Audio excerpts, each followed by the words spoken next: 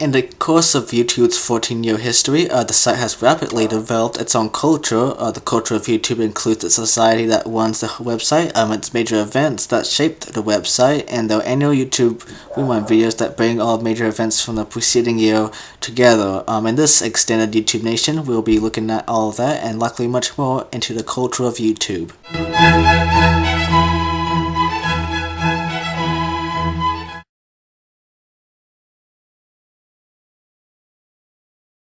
Suffice to say, YouTube has a pretty large society, comprising of a population with varying degrees of interest and talent. The heads of this society are obviously the YouTubers themselves, with the commoners being non-creators that watch for the pleasure and support of the creators. YouTube channels act as cities which have varying populations or number of subscribers. For example, a channel like PewDiePie can be described as a large city, a population equivalent to that of New York City or any other large city, while a channel like, Hugbox is pretty much a small town with an equivalent population to any other small town. The populations of any of these cities have their own culture, with fans of someone like PewDiePie being really into video game and meme culture, while fans of someone like MrBeast being really into money challenges. An unfortunate consequence of these channels, however, is that clones of knockoffs end up developing as a result of their influence, but it's not like anyone notices at all.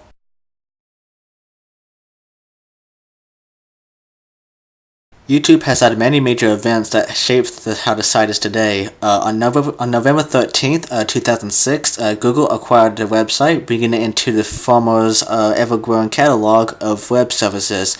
The next month, Time magazine honored the website and its creators by naming them Person of the Year. In May 2007, YouTube launched their ever-coveted partnership program, which allows creators to make money off their videos and helping people find a new source of income. There's been many other major events, including YouTube's introduction of the play buttons as awards for having many subscribers, and many things that many people don't like about YouTube now. But the most darkest thing that happened to YouTube in its 14-year history was in 2018 when a shooting occurred, and on April 3rd, which is all that will be said about that.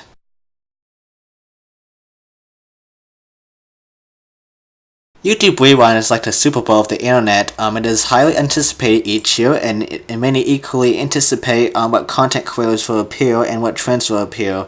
The first YouTube Rewind was uploaded on December 13th, 2010, with another uploaded a year later, in December 20th, 2011. However, it wouldn't be until the 2012 YouTube Rewind on December 17th, 2012, that the annual videos began to gain traction among YouTube's viewer base. Since the 2012 video, every subsequent YouTube Rewind has contained references to the culture and events of the preceding year. For many years, these videos proved to be very popular and were seen as an insightful homage to the creators and the user base of YouTube.